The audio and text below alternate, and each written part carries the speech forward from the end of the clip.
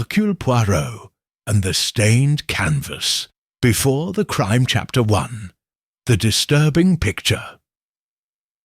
It was a particularly serene evening in Saint-Paul-de-Vence, the artistic village perched high on the French Riviera. The breeze was light, the jasmine bushes gave off their intoxicating scent, and the faint echo of a Debussy symphony escaped through the open windows of Château La Ferrière, the home of the celebrated English painter Margot Savary. But that calm was only appearance. That Friday evening, the mansion glittered with distinguished guests, art collectors, dealers, cultural journalists, and a curious Viennese baron with an unpleasantly high-pitched laugh. The occasion of the gathering was the impending private exhibition of Margot's latest work, an untitled portrait that she cryptically described as the mirror of a betrayal not yet committed. The work remained hidden behind a thick purple velvet veil in the central salon. No one had yet seen the canvas except the artist, her personal assistant, a reserved young woman named Léonie Martel, and supposedly her exclusive dealer, Jacques Delorme. At 11 o'clock sharp, Margot called for silence, with a glass of champagne in her hand, walked toward the covered canvas, and just as her hand brushed the rope to reveal the painting, the light flickered, an electric crackle, a moment of darkness. When the lights returned, a faint murmur rose among the guests. The veil had fallen, yes, but the painting, it wasn't the one they had expected. Instead of the promised portrait, the canvas showed a blurred human figure, painted in dark colours and aggressive lines. The face was crossed out with violent brushstrokes of crimson red, as if the sitter had been deliberately removed.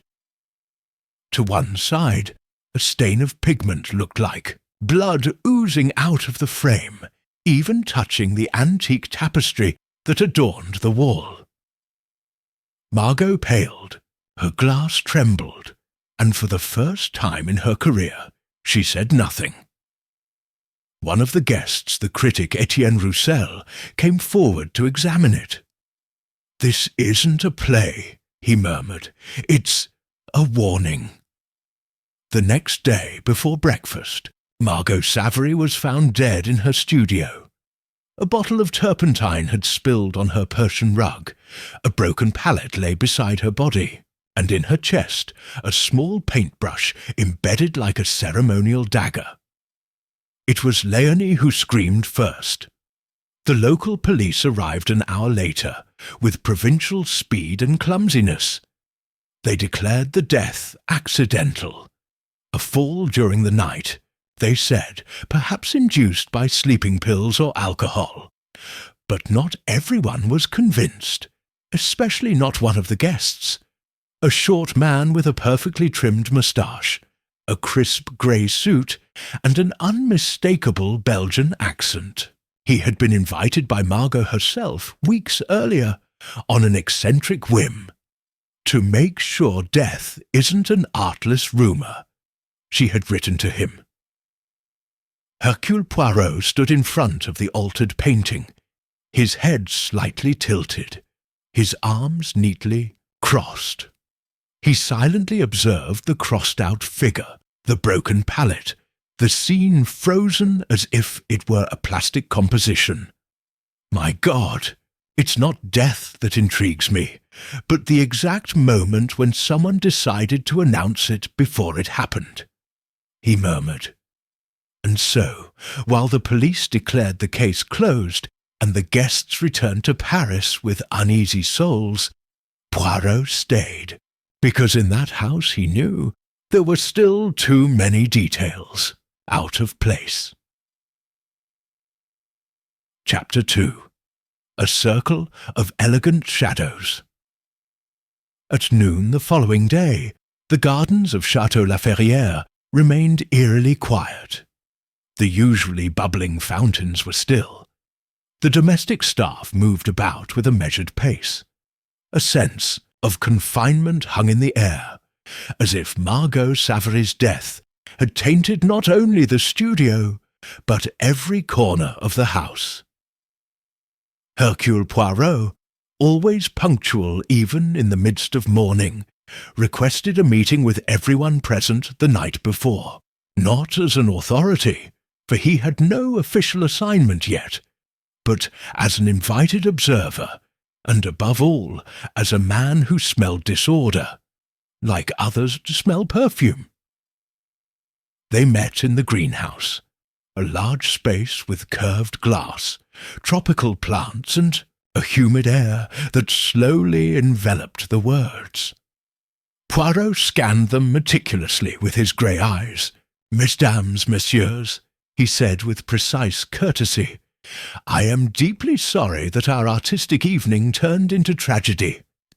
But if you will allow me, I will ask a few questions, not as an officer, but as a friend of the deceased." Margot confided her fears to me, and I fear those fears were not unfounded. No one openly objected, although some faces showed annoyance. Among them was the Viennese Baron Emile Reiss, who nervously fiddled with the onyx ring on his pinky finger. "Fear of what, Monsieur Poirot?" asked Jacques Delorme, the art dealer, his voice calm, but with a dark shadow in his eyes. Poirot looked at him gently. She spoke of veiled threats, of anonymous letters, that her latest work would be misinterpreted, he said, or worse, intervened. A murmur ran through the room. Madame Élise Dornay, a retired art critic with a reputation for insight, adjusted her glasses.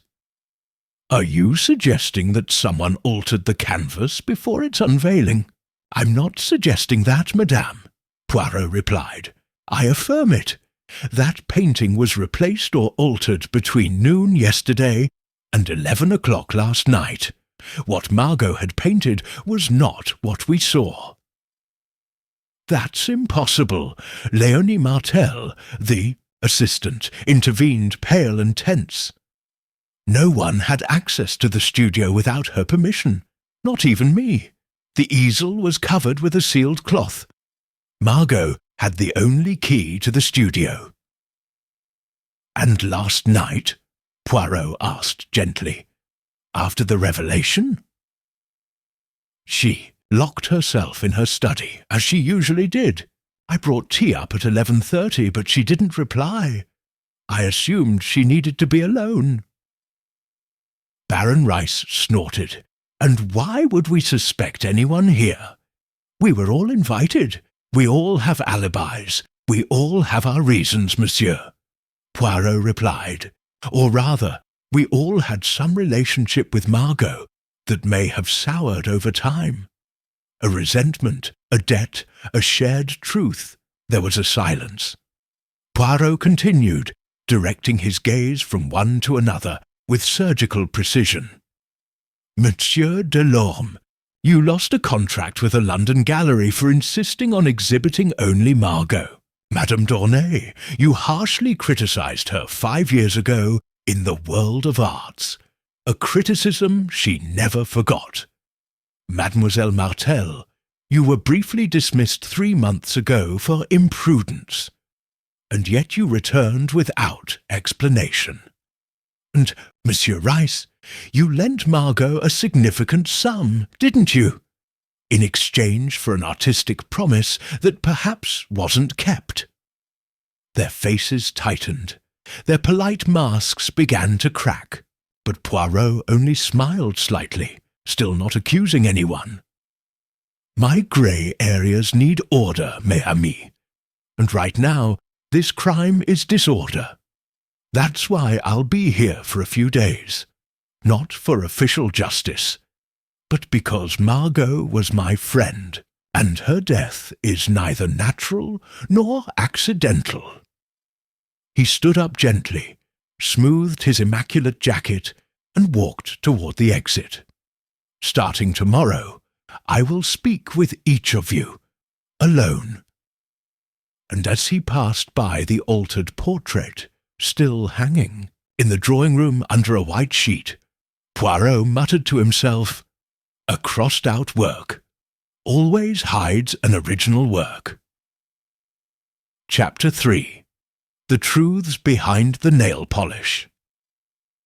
At dawn the next day, Chateau La Ferrière exuded a false calm, as if the walls themselves were holding their breath. The sky above Saint-Paul-de-Vence dawned a mauve and gold hue, but inside the air was thick, heavy with unspoken suspicions. Hercule Poirot got up at 6 o'clock sharp. His routine, as always, was rigorously ordered.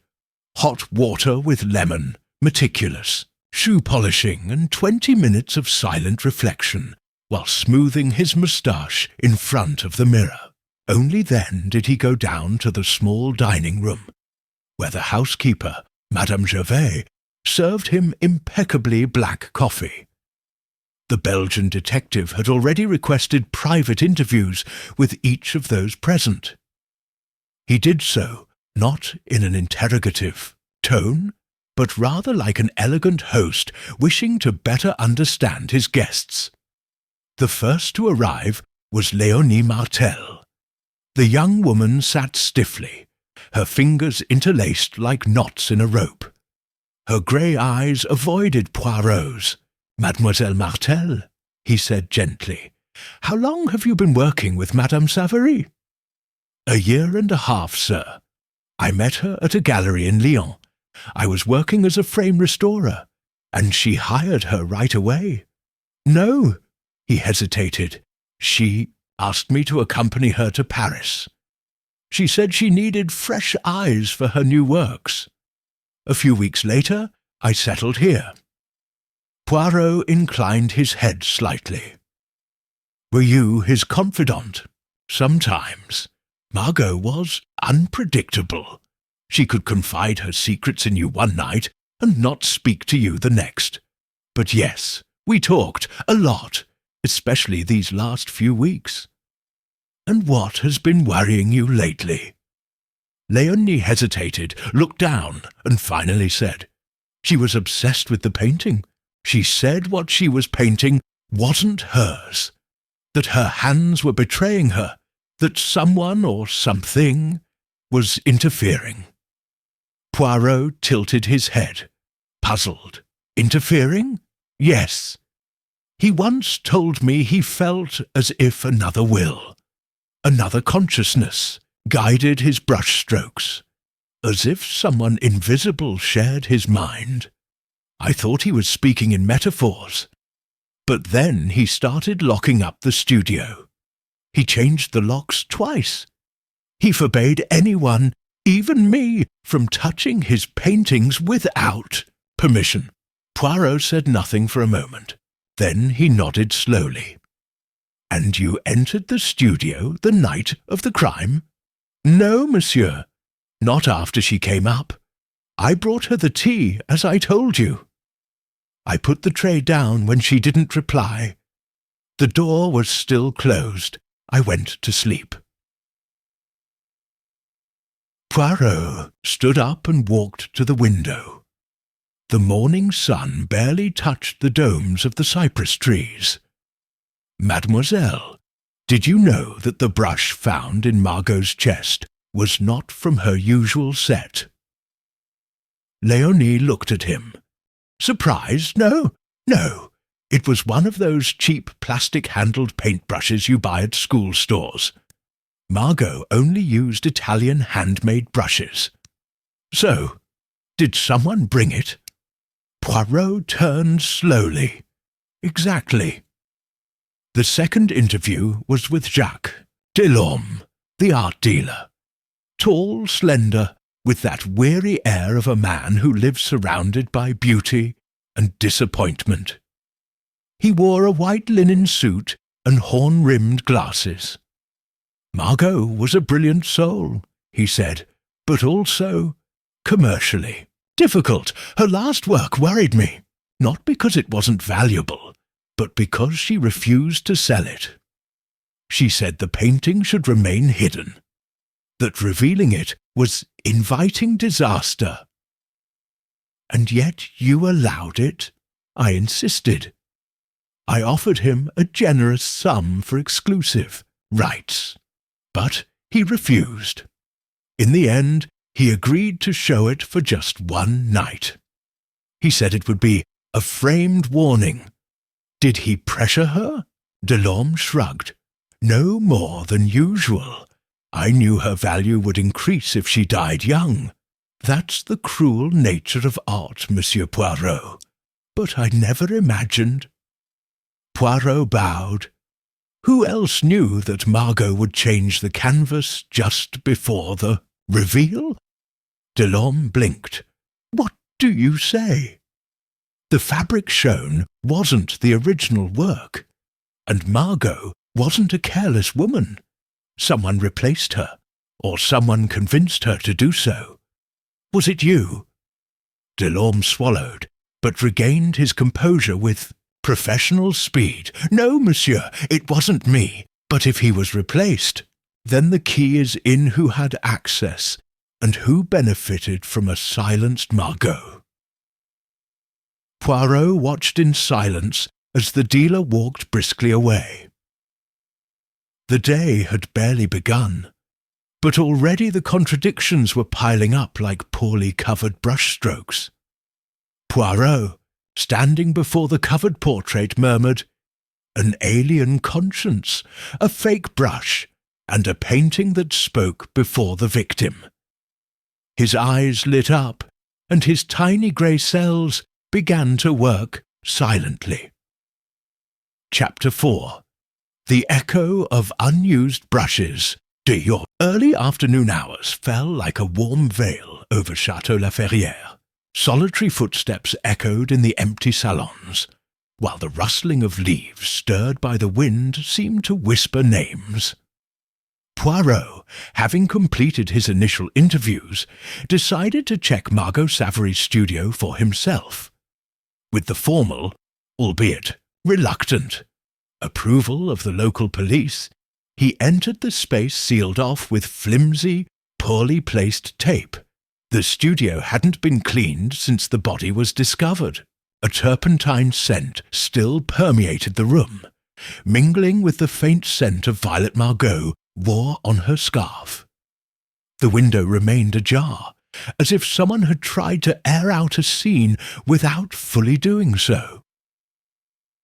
Poirot paused on the threshold, his eyes scanning every corner unhurriedly. The easel was empty. To one side, on a low table, lay a palette still stained with ochre and deep blue tones. Beside it, a glass tumbler of cloudy water and a paintbrush halfway submerged. On the floor, the Persian rug bore a dark stain where the bottle of paint thinner had spilled the night before. Right in the centre, the small plastic-handled paintbrush, now bagged and labelled, seemed out of place, vulgar, alien to the rest of the meticulously artistic surroundings. Poirot moved forward slowly. He crouched down beside the palette and touched one of the remains of paint with a handkerchief. "Still fresh," he murmured. "Margot painted something else before she died, but not this crime." He sat up and turned to the far corner of the study. There, on a low shelf, rested a dark wooden box with Latin inscriptions carved into its surface. It was unlocked. Poirot gently opened it. Inside, he discovered a collection of small charcoal sketches, some signed, others torn in half. All portraits. One caught her eye. A man's face, vague but with a scar across his left cheekbone. The curious thing wasn't the drawing. It was what Margot had written on the back. He didn't pose. He appeared. Poirot put the sketch in his pocket, thoughtful. He left the study with a frown. In the corridor, he met Élise Dornay, the retired critic. Ah, Monsieur Poirot. Also inspecting relics, Madame Dornay. He replied with a faint smile. Your irony is as fine as ever. Tell me, did you know everyone present at the evening? Almost everyone. I know the art world better than I'd like. Baron Rice is an impatient patron, and Delorme, well, Delorme is a merchant disguised as a dandy. Margot, however, was always different, wilder, less domesticated.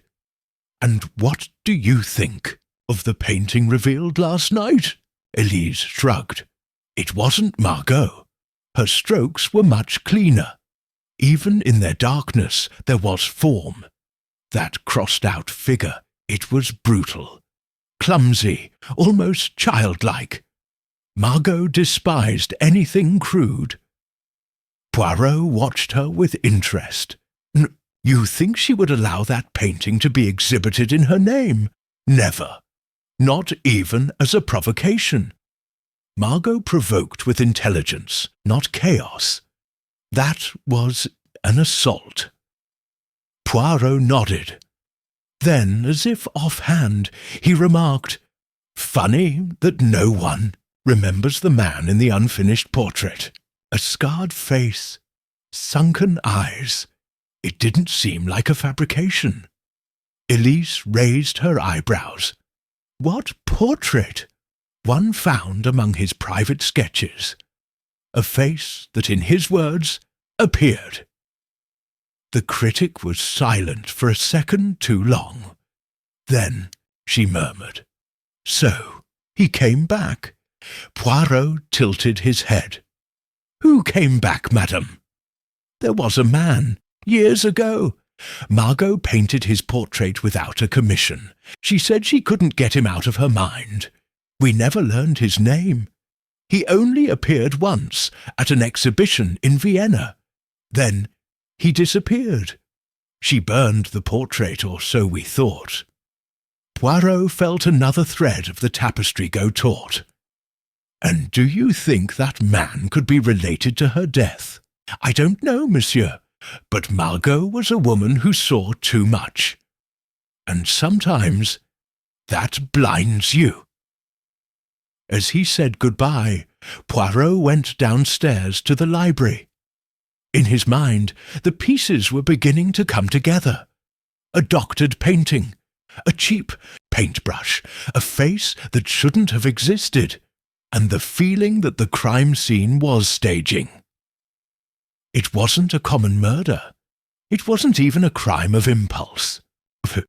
It was a message, and he, Hercule Poirot, was preparing to read it. Chapter 5. The Man Who Never Figured in the Records. Night fell over Château La Ferrière with ceremonial slowness. The windows reflected the last of the sun's gold, while the chandeliers were lit one by one, as if the house couldn't help but repeat its nocturnal theatre of light and shadow. Hercule Poirot, his back perfectly straight and his waistcoat buttoned to the last clasp, stood before the library's marble fireplace. In his hand he held the sketch of the man with the scar. The charcoal strokes, though hurried, were charged with intent.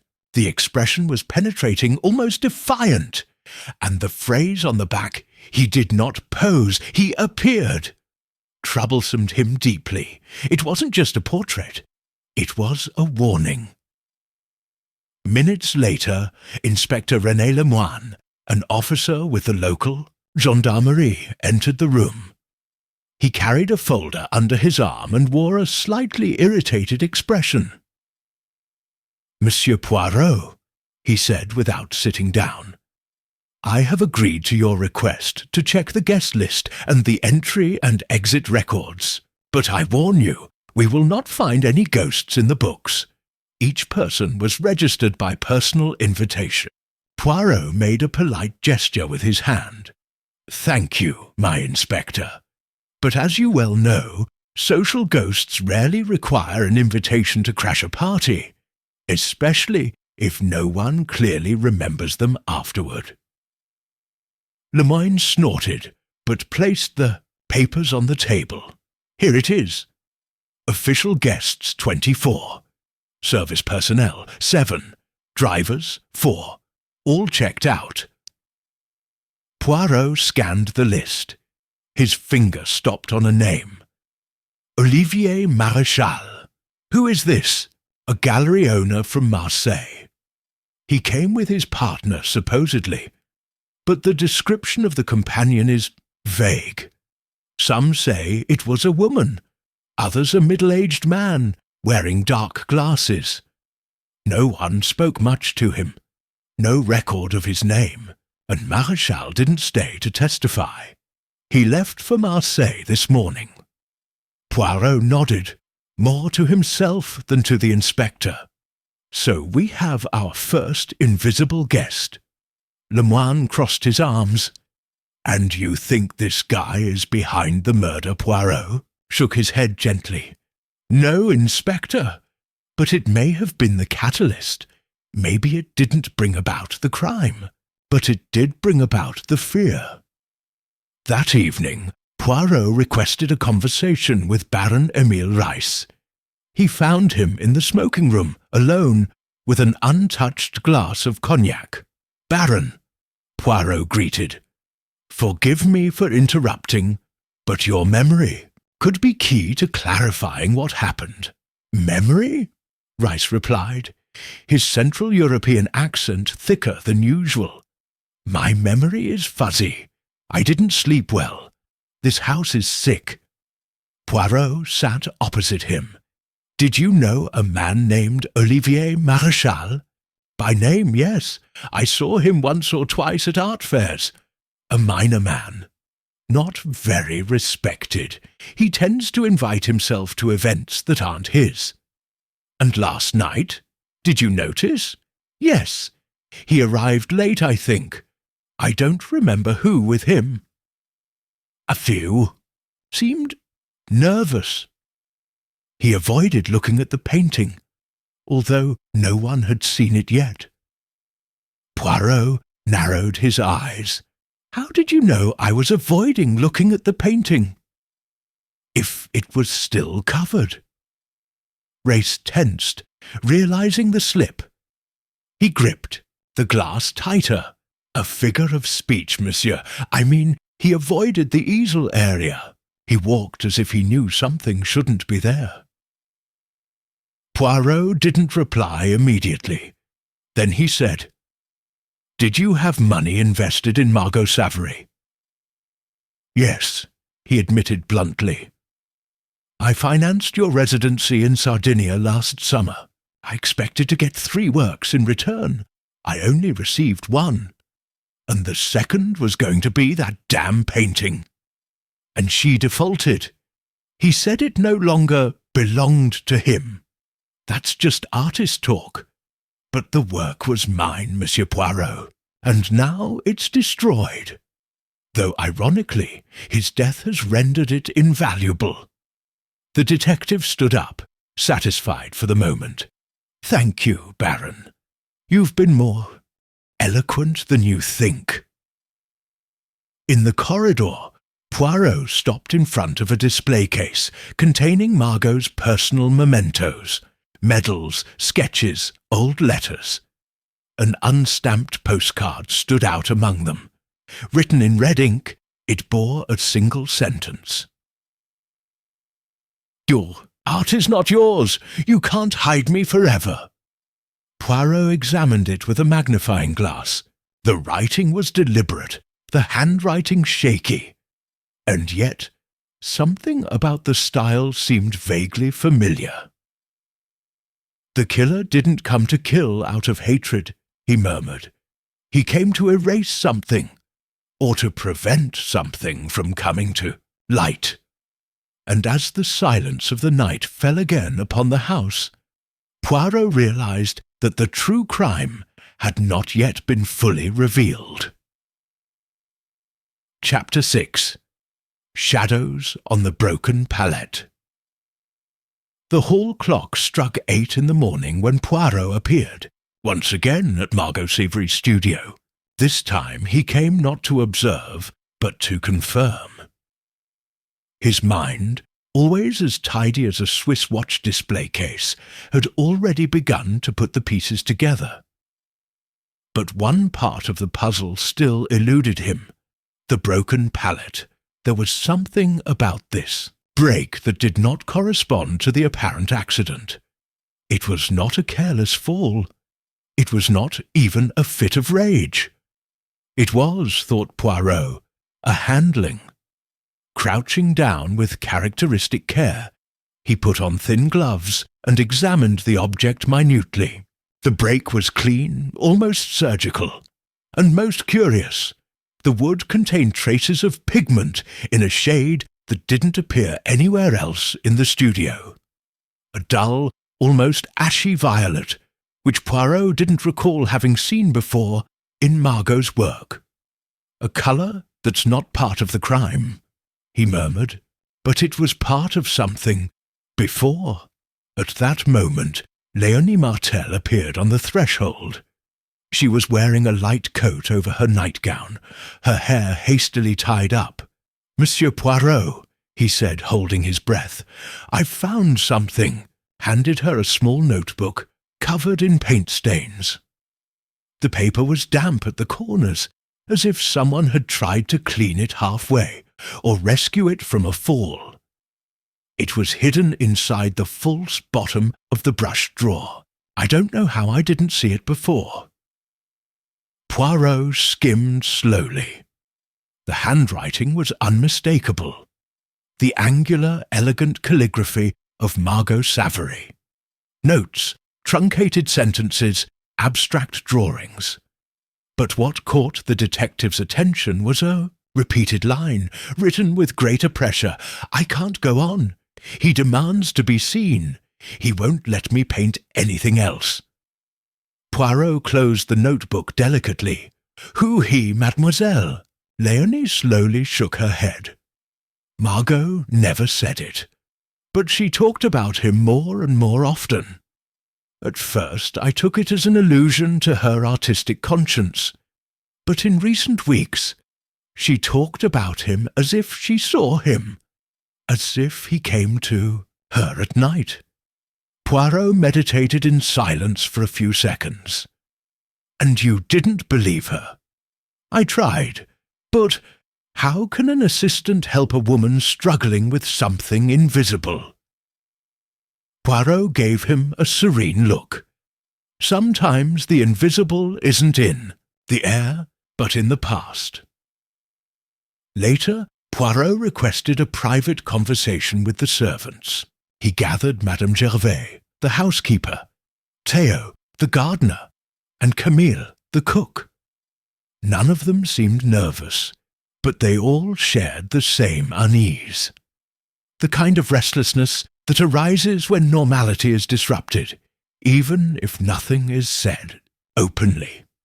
"Did you notice anything strange the night of the crime? An unusual presence? A figure in the hallway? Any noises?" Théo, the gardener, was the first to speak. "I saw someone on the back slope, monsieur, just after midnight. He was dressed in dark clothing and smoking. I didn't approach. I thought it was one of the guests coming out for some fresh air." Poirot frowned. "Could you identify it?" "No, but he was limping." Poirot made a mental note. A limp. Not mentioned by anyone. He turned his attention to Madame Gervais. "And you, madame?" "I saw a figure come down from the east wing," she said quietly. "I thought it was Miss Martel. She was wearing one of Margot's scarves. But now I'm not sure. Did you see her? Clearly?"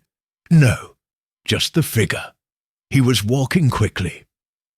Toward the studio, Poirot thanked and dismissed the staff. Then he retired to the greenhouse, where the natural light filtered through the glass panes created an ethereal setting. He sat down in a wicker chair, crossed his legs and began mentally reviewing the items he had gathered.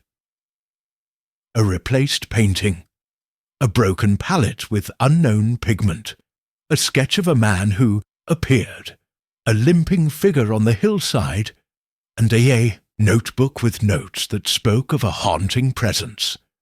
But the most important thing was what's missing. Margot was obsessed with control. She would never have allowed a work to be released unsigned. And yet, the painting revealed the night of her death bore no signature. That, Poirot thought, wasn't carelessness. It was a message. As he stood up, he muttered, "The true portrait has yet to be revealed, because its creator wasn't Margot."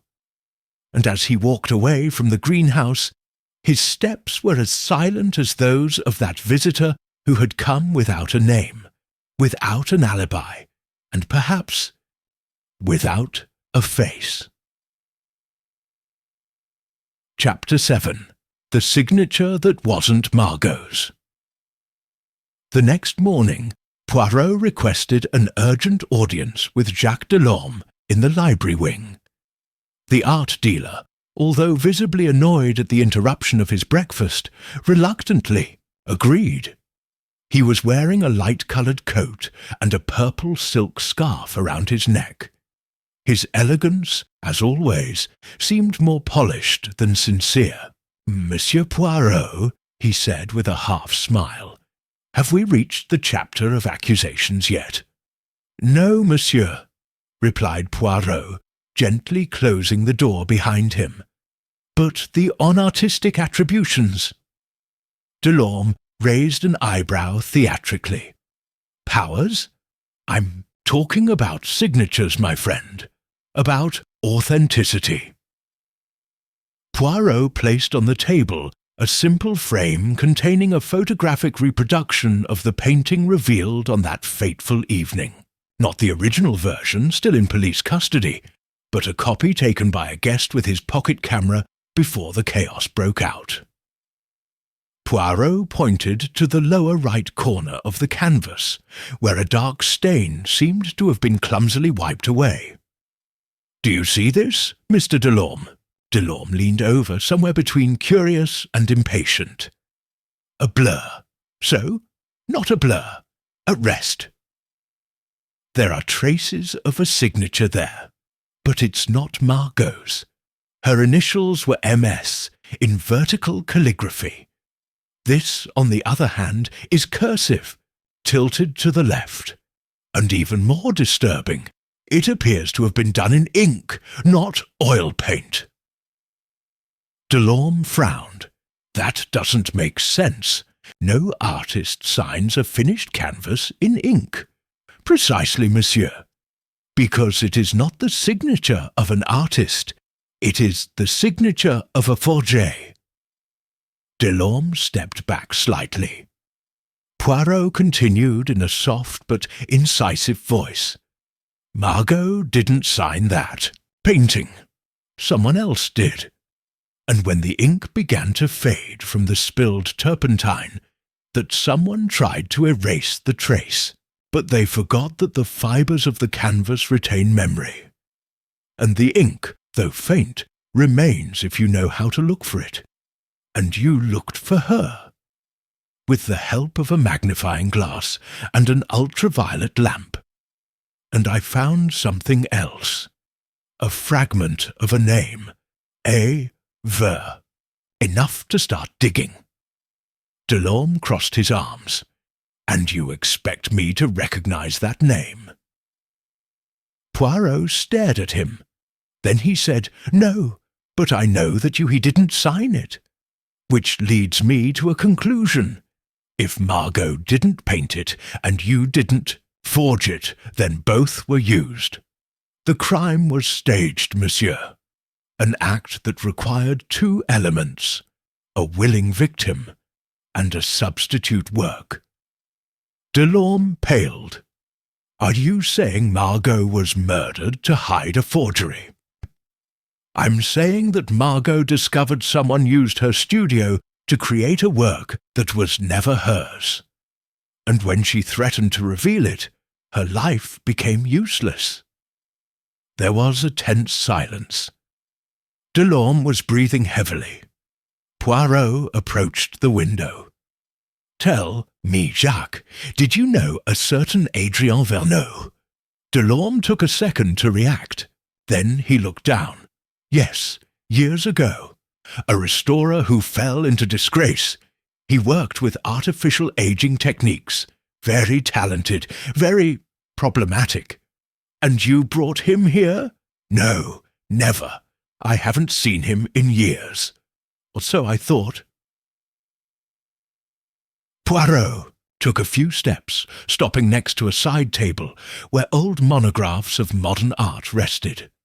There's more, Monsieur Delorme. Theo, the gardener, saw someone limping on the slope. And Madame Gervais, a figure coming down from the east wing wearing one of Margot's scarves. But no one remembers that person at the party. A shadow with access and intent. Are you implying that Adrien was here? I'm not implying it, I'm confirming it. His partial signature gives him away, and the ink doesn't lie. Delorme sank into an armchair, defeated. God, so she died to protect her authorship. Poirot looked at him gravely. Not just his authorship. He died because he wanted to avoid having his name tied to something that wasn't his. Because the real crime wasn't his death, but the attempt to tarnish his work. Delorme lowered his head. A barely audible murmur escaped his lips. I just wanted the world to remember Margot. Poirot replied with elegant coldness. The world will remember Margot, but it will also remember who tried to use her genius as a mask for a lie. As he left the library, Poirot felt the pieces beginning to fall into place. The scarred face, the broken palette, the strange pigment, the illegitimate signature, and, now, a name, Adrien Verneau a man, who was not listed in the records, but whose shadow grew with each revelation. Chapter 8. The face the canvas didn't forget. The sky over Saint-Paul-de-Vence was turning pearly grey, the prelude to a light rain that threatened to erase the contours of the landscape. Inside Château Laferrière, however, everything seemed to become clearer. Words were heavier, looks sharper, and the name Adrien Verneau began to vibrate like a taut string in everyone's consciousness. Hercule Poirot, always impeccable, descended the main staircase with a folder under his arm. It contained Margot's private sketches, the photograph of the altered canvas, the notes found in her diary, and, most crucially, the impression of the partial signature found on the painting.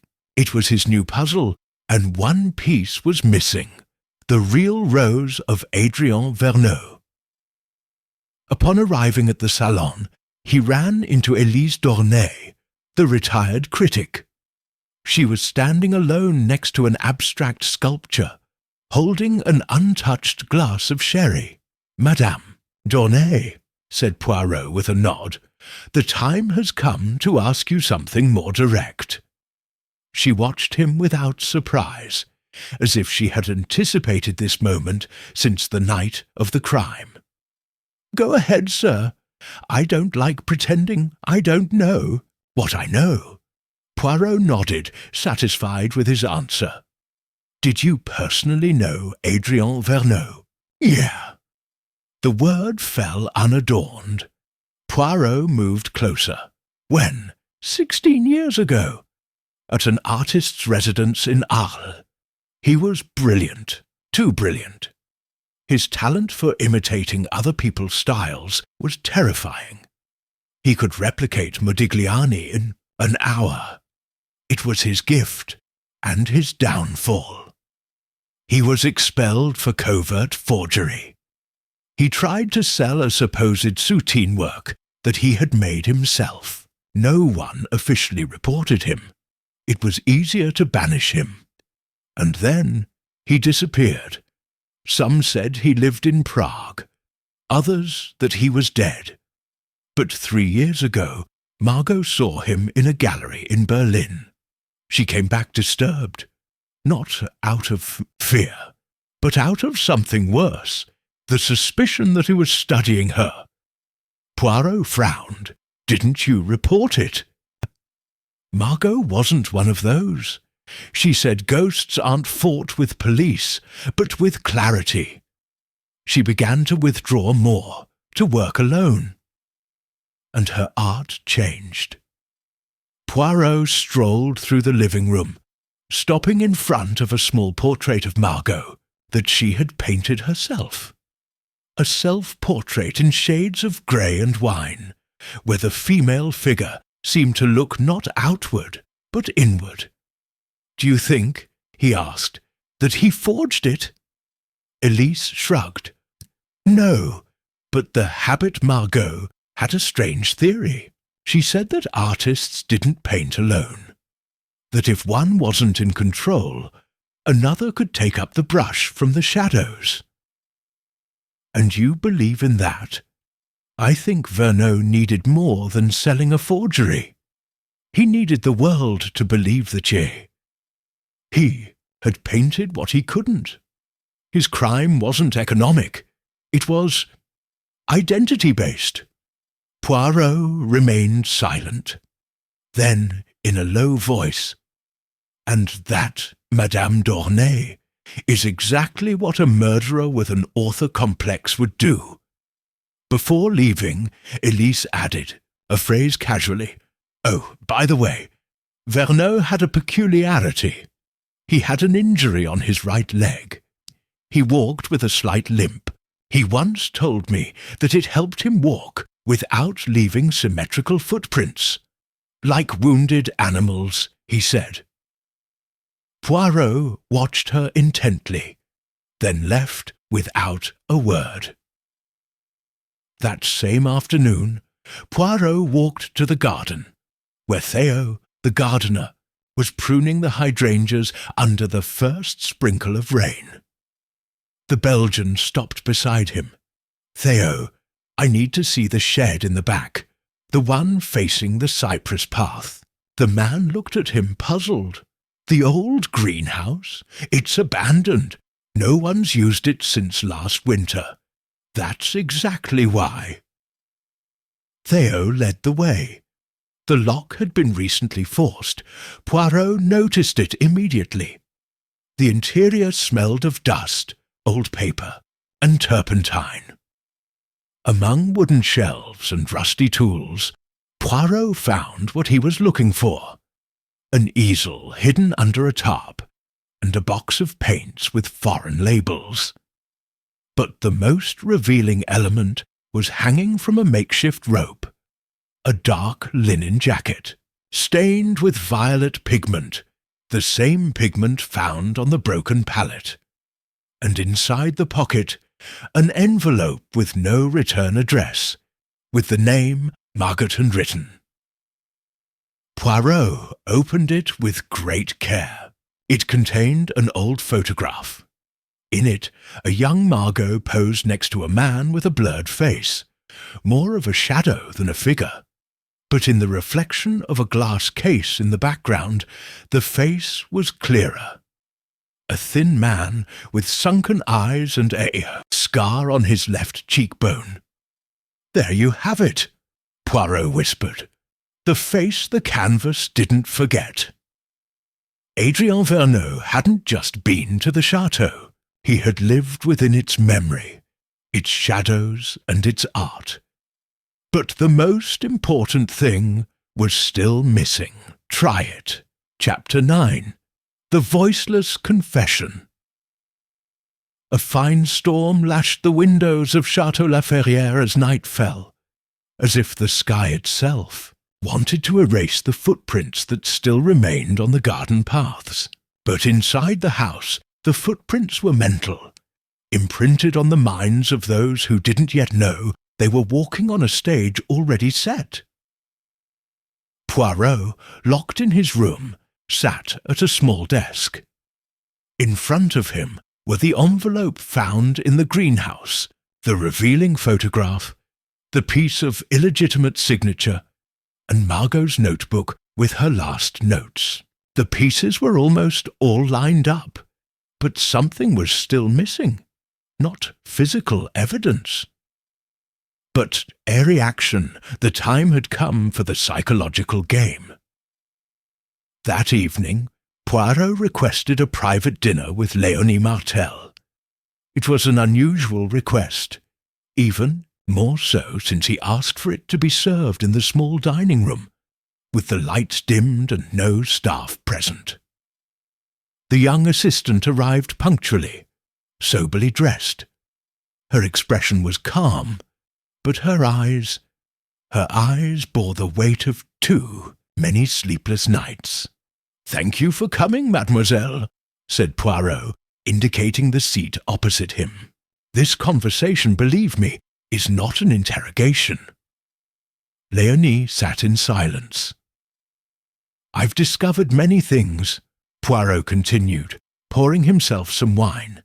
"A forged signature, a strange pigmentation, a shadow limping on the hillside, and a face that appears both in a sketch and in an old photograph. A face that doesn't belong to any guest, but that was here." Léonie lowered her gaze. She didn't deny anything. She didn't interrupt. "Margot was afraid," Poirot said gently. "Not of death, but of being supplanted, of having her art manipulated by someone who understood her only too well. You heard her speak of—" "True." She nodded barely. He saw it in his dreams, or so he said. Sometimes he dropped the brush, as if his hand were no longer his own. "And you, mademoiselle," said Poirot more firmly, "how long have you known Adrien Verneau?"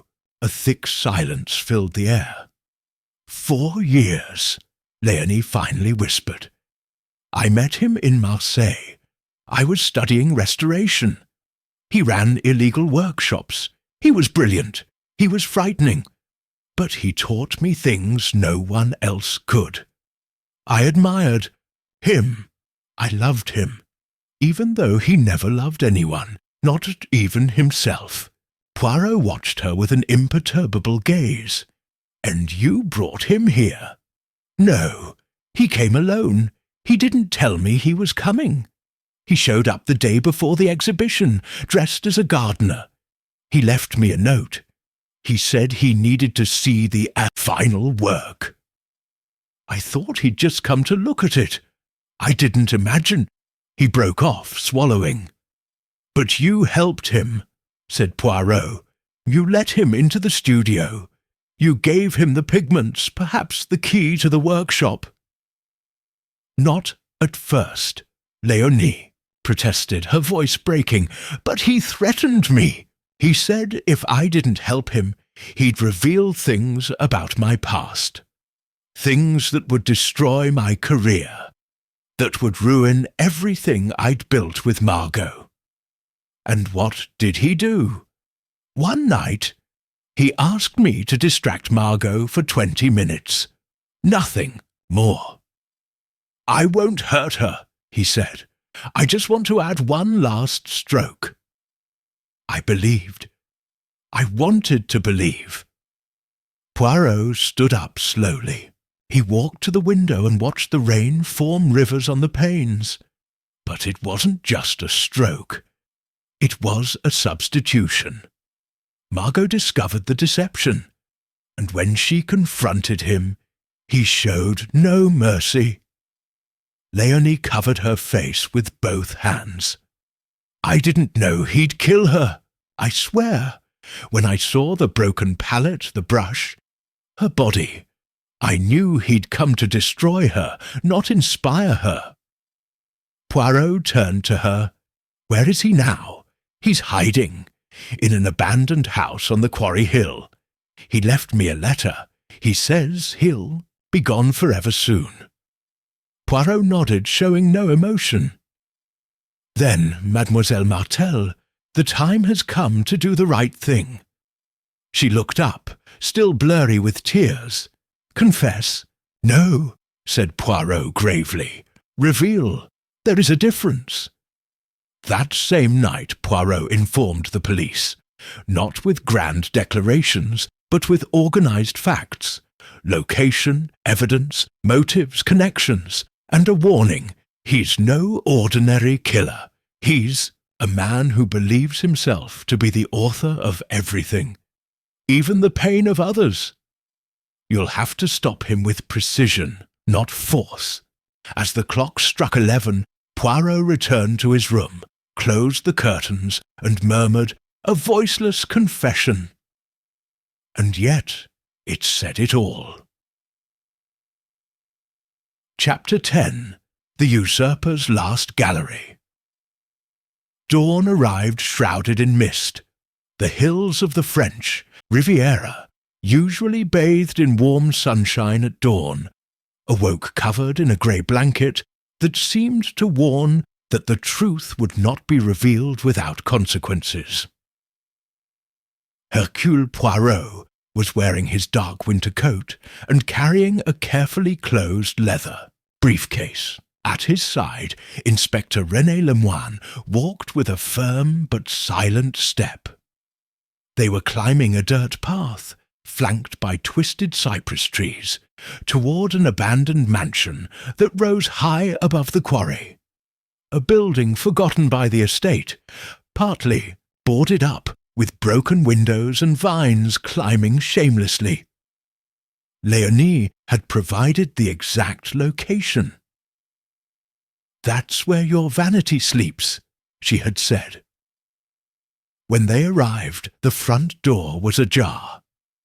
Lemoine drew his pistol, but Poirot gave him a calm gesture.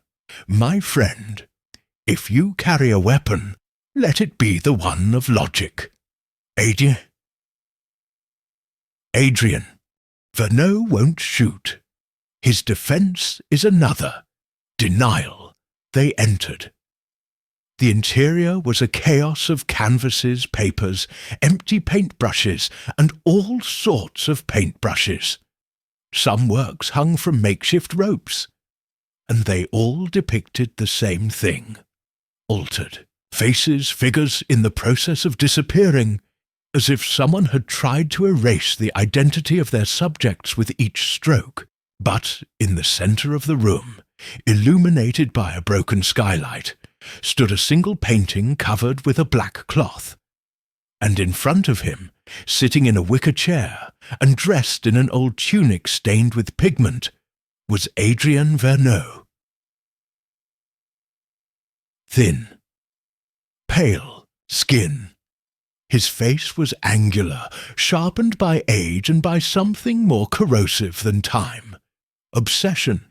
A scar ran across his left cheekbone. He limped when he stood up. "Messieurs," he said with a polite smile, "you're late." Lemoine took a step forward, but Poirot raised a hand. "Let me speak." Verneau stretched out his arms like a host. His fingers were stained with dried paint. "Did you like the painting, Monsieur Poirot?" "No," Poirot replied neutrally, "because it wasn't his." Verneau smiled, as if he had expected that answer. "It's all mine, not because I signed it, but because I started it. Isn't fire the master of the house it burns?" Poirot advanced to the covered canvas. "Quand?"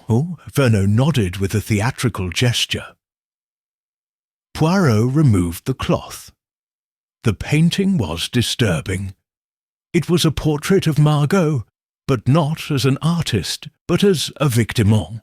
The canvas, his face was disfigured by blotches of red and black, and to one side his hand appeared outstretched, as if trying to cover a signature emerging from the depths of the painting. A.V.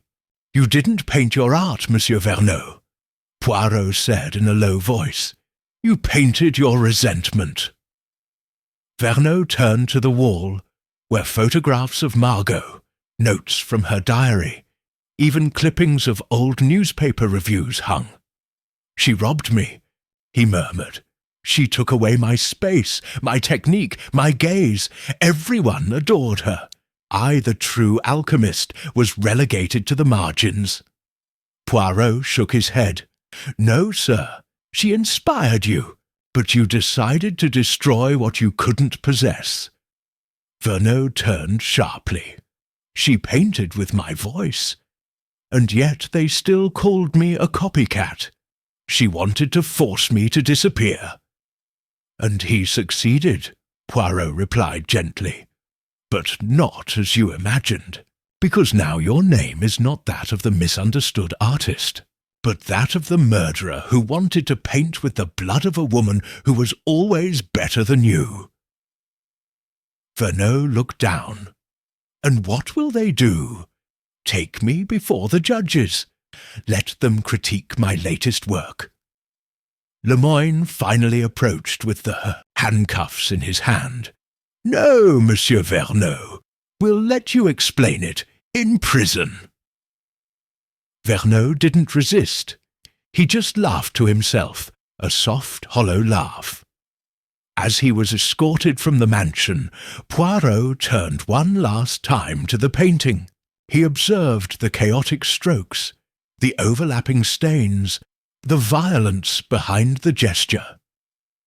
And then he knew that Verneau had never wanted to be an artist.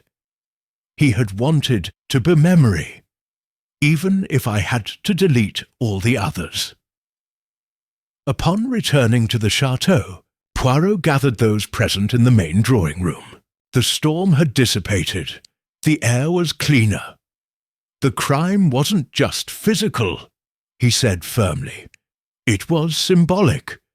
Verneau wanted to forge a signature, yes, but more than that, he wanted to rewrite the origin of a work, to become the echo where there had once been a voice. Léonie listened from the back. Her eyes were fixed on the ground. Poirot didn't point at her, but he did say, and as is often the case, those who remain silent also participate, although, fortunately, the human soul always tends, when given the opportunity, to seek redemption. There was silence in the room. Margot Savary died for an absurd reason, to protect the right of her art to speak for itself. And that, my friends, is more valuable than any gallery.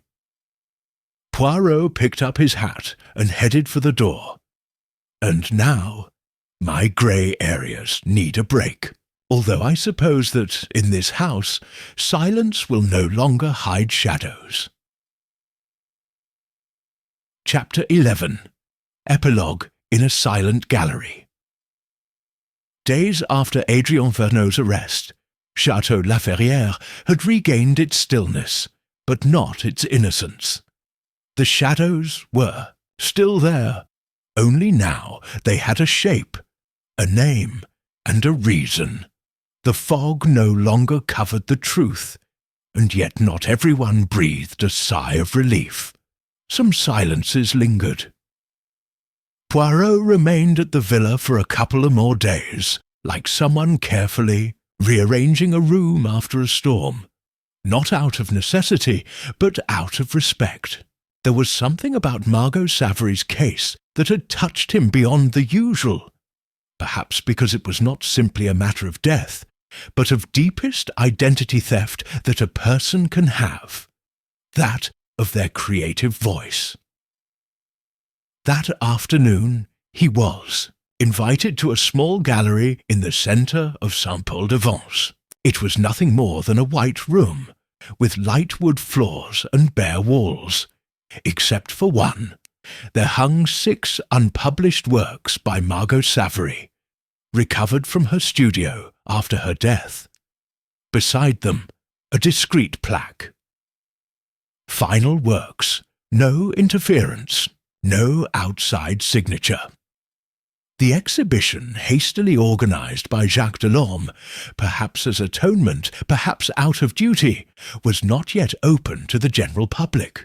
But there was something solemn about the way each painting was arranged, with ample space between one another, as if each canvas needed its own breathing space. Poirot walked around the room in silence. In one corner he found Elise Dornay, sitting on a bench, a pearl-grey coat draped over her shoulders. He gave her a slight nod. "Does that seem fair enough to you?" he asked. Poirot tilted his head. "Justice is never enough when the damage is symbolic, but it is necessary." "Margot was afraid she'd disappear," Elise said without looking at him. "And yet now she's more alive than ever." "Because someone tried to steal his face," Poirot replied gently, "and in doing so immortalized it. True art needs no defense, only exposure." They crossed the room together. In a more discreet side corner hung one last painting, the unfinished portrait of the man with the scar. It had no title, but there was a small handwritten note behind the glass. "Sketch. Not approved." Poirot stopped. He observed each stroke, not for its technique, which was admirable, but for what it revealed, not the face of the enemy, but the moment Margot recognized him as such. "And Léonie?"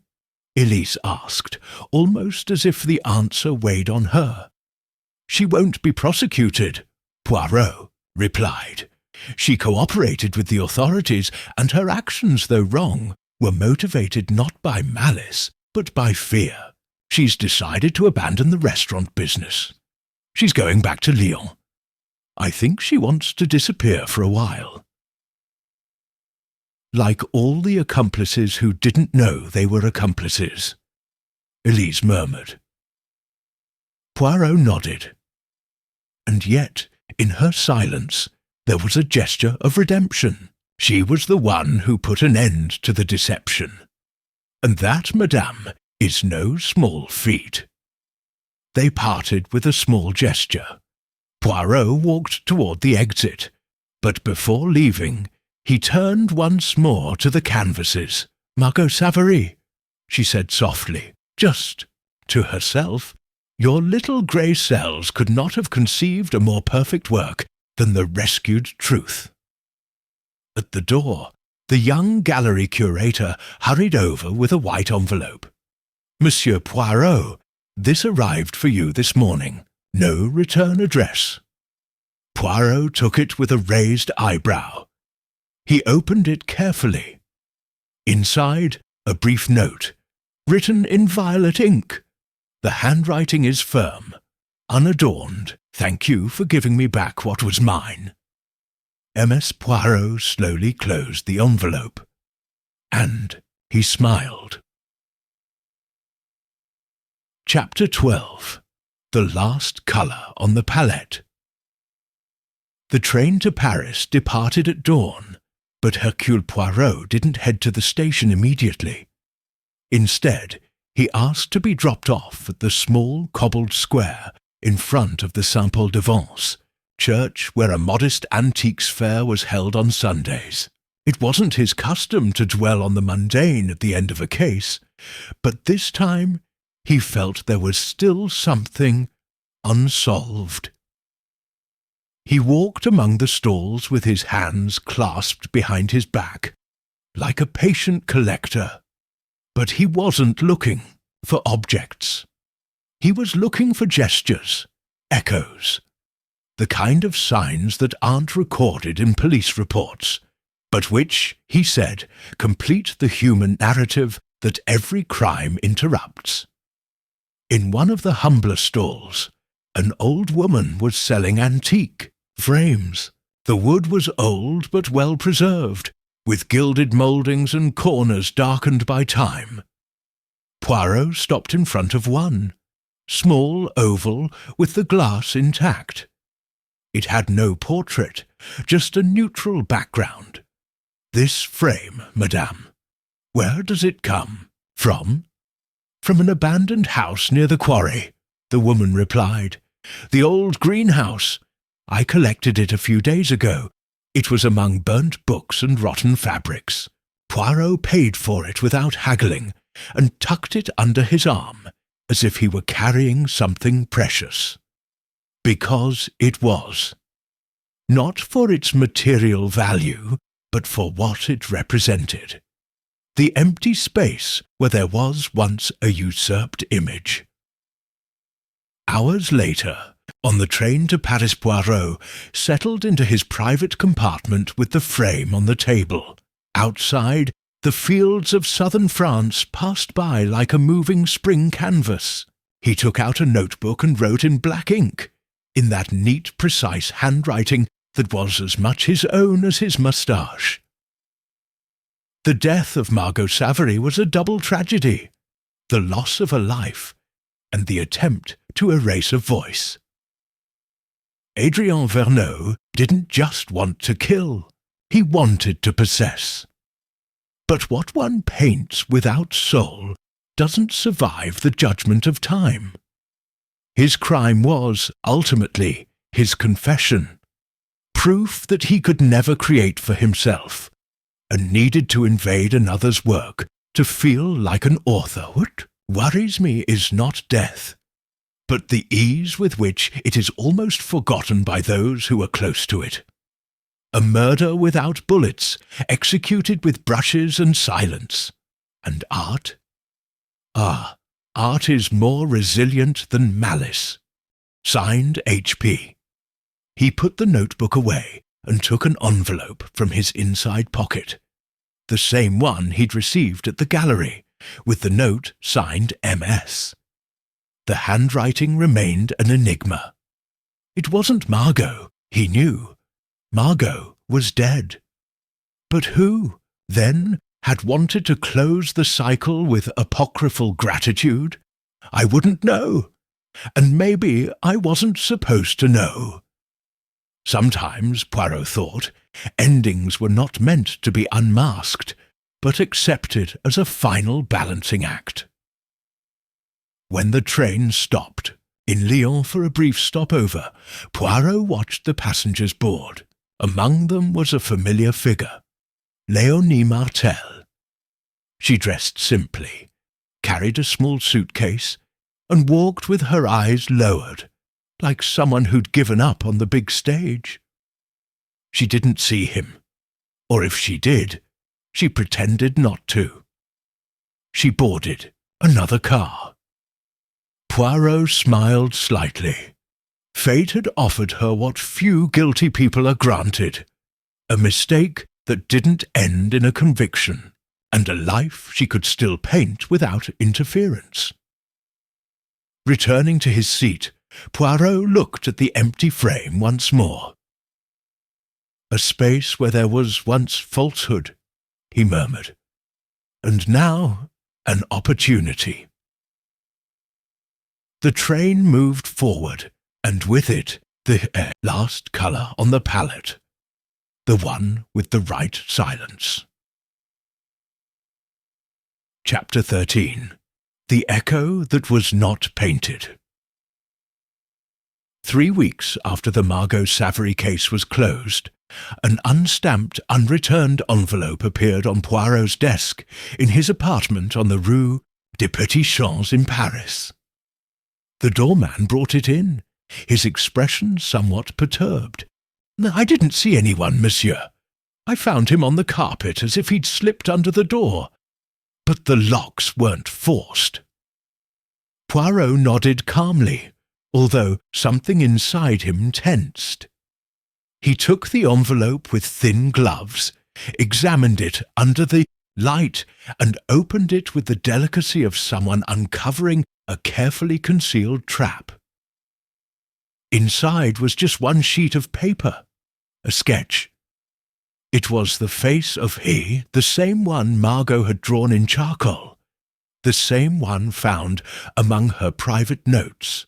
The sunken eyes, the scar on his cheekbone, the expression that seemed to move between the shadows on the paper. Only now someone had added something that wasn't there before. A second face, behind it, almost superimposed. A barely outlined figure, younger, without a scar, but with an identical expression, and a phrase written on the bottom edge, in black ink. The original was never one. Poirot stared at the image for a long time, not because he feared a threat. He had already received others and worse, but because he understood that this wasn't a warning. It was an invitation, a challenge, one more layer in a work he'd given up on. But true crime, he thought, rarely ends with the arrest of the culprit. The evil that inspires destruction usually outlives the criminal. He kept the sketch in a special folder, the one he reserved for cases that couldn't be explained by logic alone, cases where the emotional and symbolic aspects overcame the physical.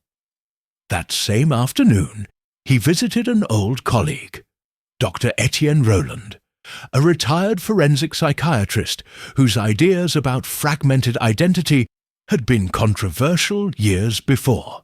He found him in his garden, tending rose bushes. "Can art divide a mind, Etienne?"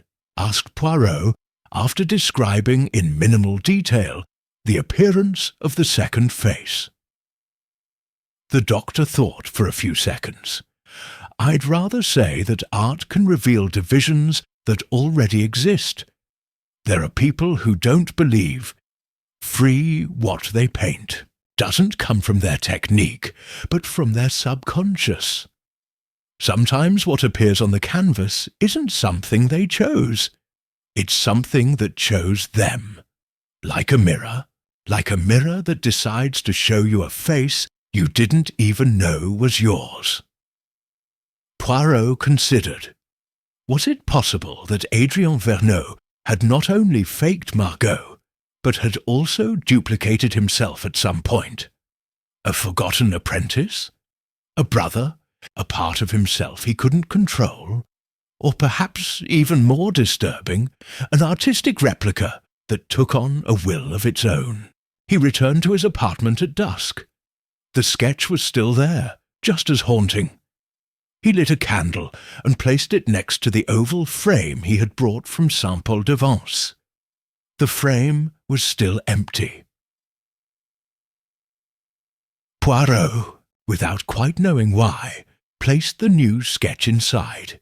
It fit perfectly, and immediately the portrait seemed to change. Not in form, but in presence, as upon completing the cycle, the empty frame and the duplicated face, something had returned to its place. Something that shouldn't have been released. Poirot stepped back. He remained silent for several minutes. Finally he murmured, "So, it wasn't a crime against an artist. It was a crime against her reflection." He put the frame in a locked drawer. And that night, for the first time in many years, Poirot left a light on in his living room. Not out of fear, out of respect. Chapter 14. The picture he painted at night. The following days passed in apparent calm. Paris was still Paris. Bustling cafes, sharp conversations, hurried footsteps on the wet cobblestones. But in Hercule Poirot's apartment, something had changed. The orderly peace of his routines had become expectant, as if his meticulously arranged space now housed something that clashed with its equilibrium. The framed sketch, the one showing two superimposed faces beneath the inscription, "The original was never won," had not been touched since it was put away. And yet it seemed to Poirot that every time he looked at it, the features of the second face became more distinct. He couldn't explain it. He didn't believe in the supernatural, but he didn't believe in coincidences without purpose either. That night, as if guided by instinct, he woke up shortly after 3 in the morning. Not because of a noise, everything was silent, but because of a precise concern, like the feeling of having forgotten to close an important door. He went straight to the living room. The lamp he had left on glowed dimly on the surface of the sideboard, and the frame was no longer in place. Poirot stopped dead in his tracks. His first reaction was rational. Had he moved it himself without remembering? Unlikely. He wrote down everything he did. What if someone had broken in? Even less likely. The locks were intact. He followed the feeling to the small room he used as an archive, and there, on the reading table, he found the frame. But it no longer contained the sketch. Instead, there was a real piece of canvas, a fragment clearly cut from a larger piece, with an unmistakable line, violet pigment on a greyish background, a curved, almost violent brushstroke, and a jagged line along the edge where you could see the fabric had been hastily torn. Poirot sat down, staring at that solitary brushstroke. It was not decorative, a part of something, part of a larger picture, one he thought was destroyed. He reopened his folder with the documents from the Margot Savary case. Among them was the photograph of the canvas defaced the night of the crime. He studied it with a magnifying glass for several minutes, and then, with absolute certainty, he recognized the purple brushstroke, cut in half, in the lower right corner of the image. "It's not possible," he murmured. "The original painting was destroyed by the police. They verified it in the presence of witnesses. The fibres were archived." But there it was, without a doubt, an authentic fragment with pigment that couldn't have been replicated. He'd analysed it himself. That violet was a unique blend that Margot had never used, and that Verneau had brought with him. So how had that piece reappeared? Poirot sat up, turned on the full light in the archive, and took out a box he hadn't opened since the day of his arrest. The personal effects found in the greenhouse. He went through everything with renewed care. Nothing had moved. Except one thing, an old notebook of Verneau's. He had skimmed it before and discarded it as irrelevant. It contained only dates, paint stains, truncated sentences. But now, on the final page, there was a new inscription. It hadn't been there when he last checked it. It was written in still fresh ink, if his nose served him right. The canvas was only a mirror. The art, the crack. The echo still moves. Poirot slowly closed the notebook. Something had slipped through the cracks. Something that belonged neither to the crime nor to the punishment. Something that still lived on, in the remnants of stolen art. And then he remembered what Margot had once said. According to Léonie, he didn't pose. He appeared. Poirot, who had always believed that everything could be explained through observation and deduction, now understood that some crimes are not born of desire, but of emptiness, a void that, when it meets an obsessive soul, searches for a way to exist. He returned to the frame. He carefully removed the canvas and placed it in a sealed box, which he labelled with a single word, "Do not open." As he did so, his pulse trembled for the first time in years. Because, beyond the official resolution of the case, Poirot knew the truth. The crime was over. But the painting kept painting itself. Chapter 15. Unsigned Portrait. Ownerless Voice. The Paris sky was covered in an almost metallic grey when Poirot, still impeccable in his attire, crossed the Rue de l'Université toward the Guimet Museum.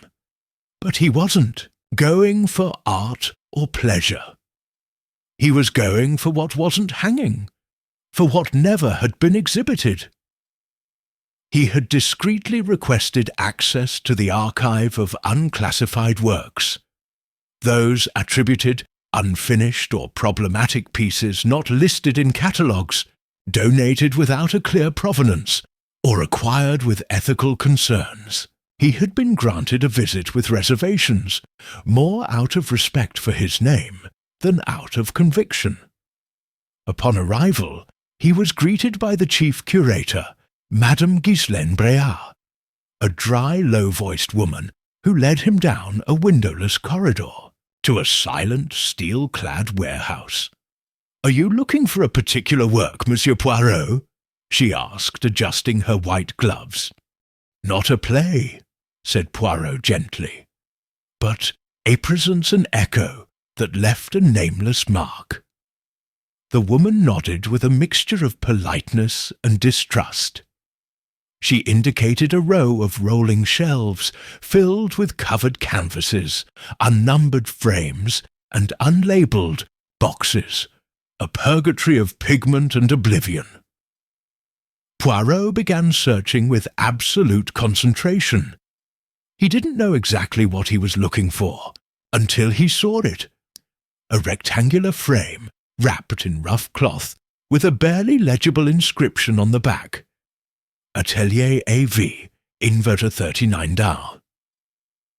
He carefully slid it over. The painting was deteriorated, with no visible signature, but the palette was identical. The violent brushstrokes, the purple and ochre tones, the fragmented structure of the central figure. And in the upper corner, almost imperceptible, a diagonally painted scar. Poirot took a deep breath. "This isn't the beginning," he murmured. "It's the rehearsal." Madame Bréard approached. "Do you recognize him?" "Not officially," he replied, "but in its contradictions. This work doesn't seek to express. It seeks, take. I don't understand." Poirot turned slowly. "You don't have to understand it, madame. Just keep it." This painting was the laboratory of a mind that confused inspiration with invasion. It shouldn't be in circulation. The curator frowned, but agreed to file it with greater caution. Back home, Poirot sat by his fireplace. He had placed the recovered fragment of canvas, the one that had been found in his own living room, in a stainless steel box, along with the documents from the Verneau case. Above it, he had written, "Verneau case, pending emotional closure." But he knew he wasn't closing it to the law. He was closing it to the mind. He took out his diary and wrote, "Art does not kill the desire to appropriate it, yes." Verneau tried to speak in Margot's voice, but he used his silences, and silence, when it's not voluntary, is a prison. One thought haunts me. How many other canvases are there in the world signed by hands that don't exist? And how many more are yet to appear, without an author, but with intent? That night, Poirot received a call. "Monsieur Poirot, this is a private collector in Geneva. We've acquired a portrait anonymously attributed to the school of Margot Savary. A restorer suggests there's another figure hidden beneath the cloaks. Could you—" Poirot interrupted politely. "No, sir, I no longer work with unsigned works, because what one cannot name, one cannot defend." He hung up. He stood up, double-locked the case, and walked to the window. There, in the distance, Paris pulsed with its eternal beauty. But Poirot knew that beneath the lights shadows also lurked, and some still painted. Chapter 16. The Studio Where No One Painted Alone. The letter arrived without incident. It was neatly folded inside an auction catalogue sent by a London art house. Poirot, who was sorting through the morning mail with his usual order, almost dismissed it as a misfiled sheet of paper. But as he opened it, the familiarity of the writing stopped him. It was the same handwriting as the previous note, only 3 lines this time. Not all studios have walls. Some live inside. The next exhibition will be without an audience, but with witnesses. Not signed, not dated. Poirot, without saying a word, placed the sheet of paper on the breakfast table and stood up. He walked over to the shelf where he had kept the Verneau case file. He opened the sealed box and removed the fragment of canvas. It was still intact, but beneath it, what he hadn't noticed before, was another fragment, carefully folded. It was a thin yellowish cloth, with barely a single painted line, an eye. The same obsessive style as Verneau, but more detailed, more recent. A thought struck him. Someone was still painting under the identity of a solved crime. He decided to act. He sent 3 telegrams, one to Madame Ghislaine Bréard at the Guimet Museum, requesting urgent access to the temporary loan records, another to Inspector René Lemoine, asking for discretion and cooperation, and the last to an art dealer in Geneva, an old acquaintance who specialized in works recovered from private collections. The next day, an answer left him cold. A travelling exhibition called L'Héritage du Silence, the Legacy of Silence, had quietly begun in Geneva, organized by a faceless foundation. All the works were anonymous. Some were signed with invented initials. Others were simply marked with abstract symbols, but one of the catalogues featured a portrait Poirot knew by heart. Margot's face. Not an exact reproduction, but a reconfiguration. The head tilted at the same angle, the blank stare, the shadows, faithful. The signature in the corner was simply a black ... Poirot took the first train to Geneva. There, in an underground gallery on the Rue du Rhône, he was greeted by a young curator with a halting voice. The exhibition was in full swing. The public wouldn't be allowed in until the next day. Guest artists only, he explained. It's a confidential project. Most of the works come from independent studios. Some don't reveal their sources. That's part of the game. Charm. Poirot asked to see the parts list. Under number 24 it read, Resonance, Tempera on Linen, Anonymous Donation, Provenance, Undisclosed Workshop. He asked to see her. They took him to a darkened room. And there he was. It wasn't Margot, and yet it was. It wasn't a portrait, and yet was moving. Not literally, of course, but something about the way the face seemed to resist being contained. Something about the technique, a deliberately imperfect blending of layers, conveyed the same unease as Verneux's forged paintings.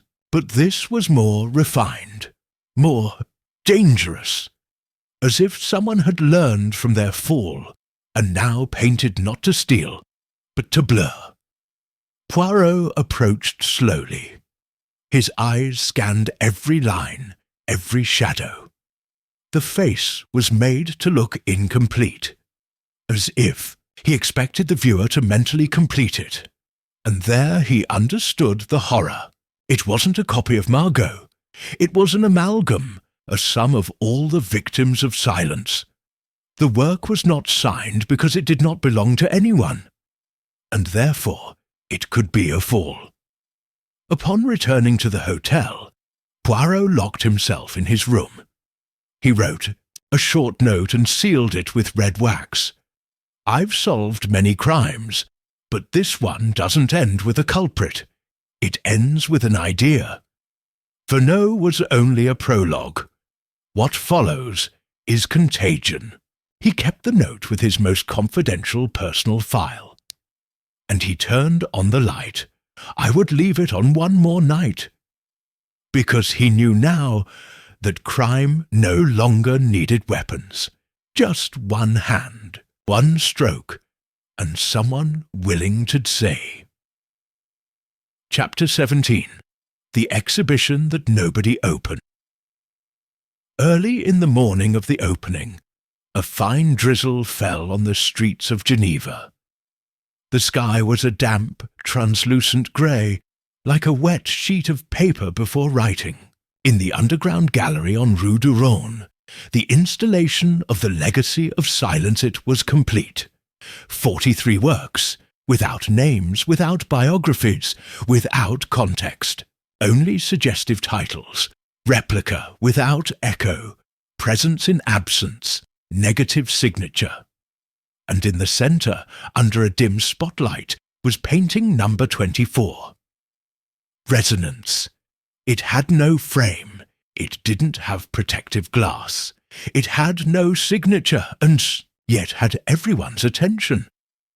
Arriving before opening, Hercule Poirot found the gallery closed, its windows fogged up, but not from the rain. From inside, they looked blurry, as if someone had blown against them repeatedly. The goalkeeper, seeing him, turned pale. "Monsieur Poirot, someone broke in last night. The door wasn't forced, but something happened." The detective asked to enter. What he saw disturbed him more than any traditional crime scene. The walls were intact. The lights were on. No artwork had been stolen, but all had changed. Every canvas, every stroke, had been altered in some way. Small details, subtle, but obvious to an eye like Poirot's. A shadow where none existed, an expression that hadn't existed before, a signature now visible in the lower corners of 5 paintings, the same signature. 2 black dots, separated, not aligned. The central box, resonance, was no longer the same. The female figure had turned her head. She was no longer staring into space. He looked directly at the viewer. Poirot, alone facing that gaze, felt something he couldn't categorize. Not fear, not wonder, something more primitive, a mental invasion, as if the painting knew more about him than he had wanted to admit. The curator, young and pale, arrived minutes later, stammering, "We don't know how it happened. The cameras didn't record any entries. There are no motion records. But something was painted at night." Poirot didn't reply immediately. He then walked to the back of the room, where the exhibition information board was located. There, someone had left a handwritten note.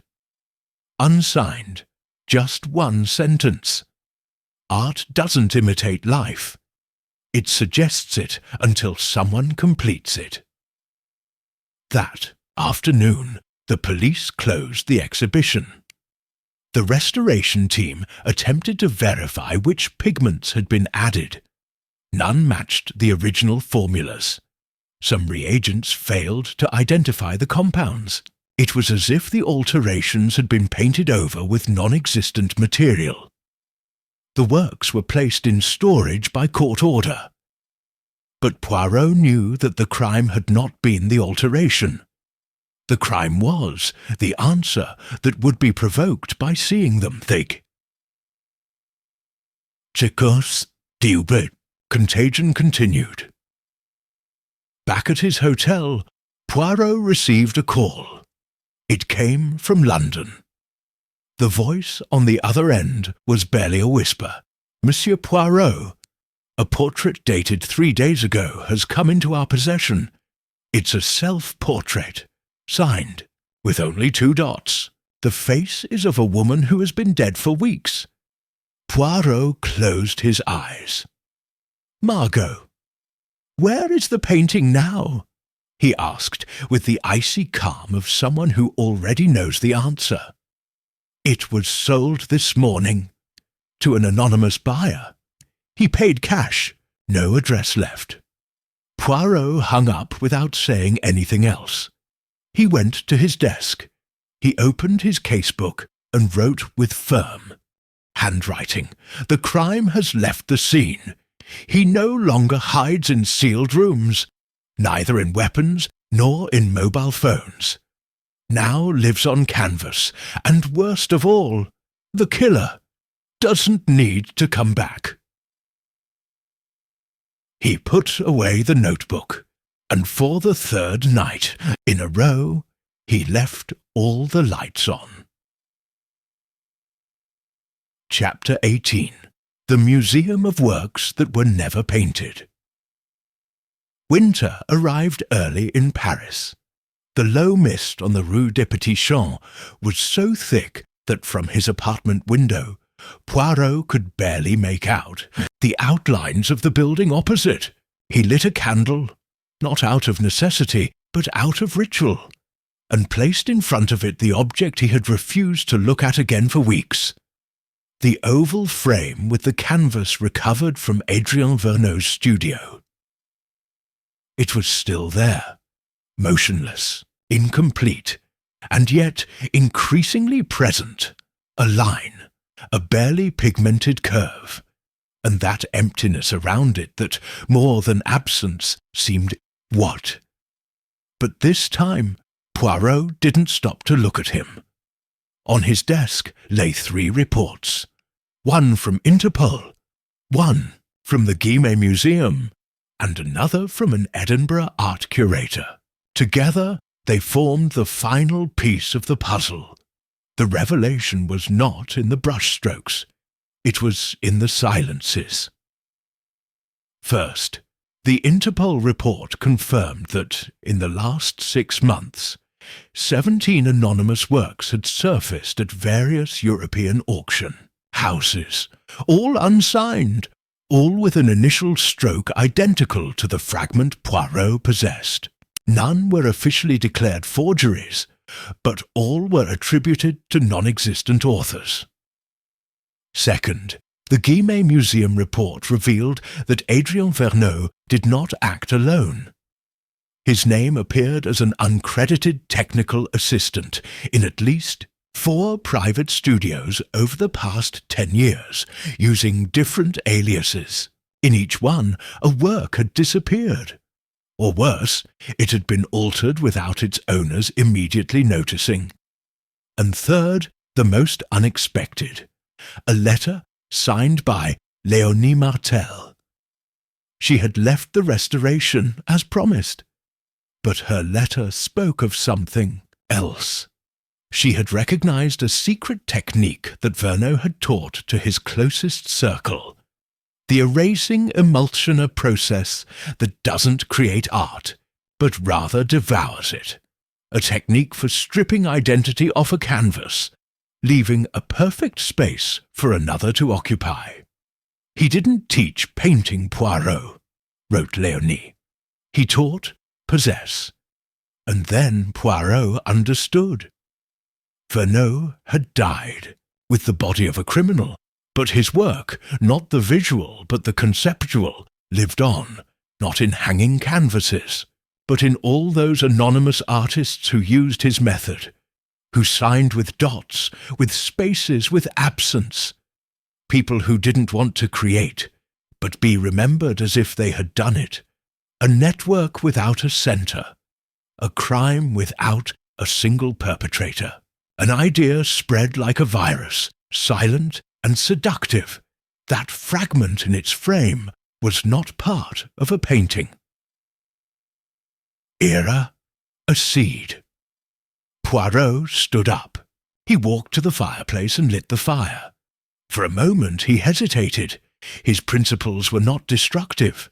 Evidence is preserved. Pieces are arranged. But this time it was different. He took the frame. He held it with both hands and threw it into the fire. The canvas shrank in seconds. The pigment crackled as if resisting. And in the last flicker of the violet stroke, Poirot thought for an instant that the eye in the canvas had blinked, just a reflection, no doubt, but enough. When everything was reduced to ashes, he sat by the fire and wrote one last entry in his notebook.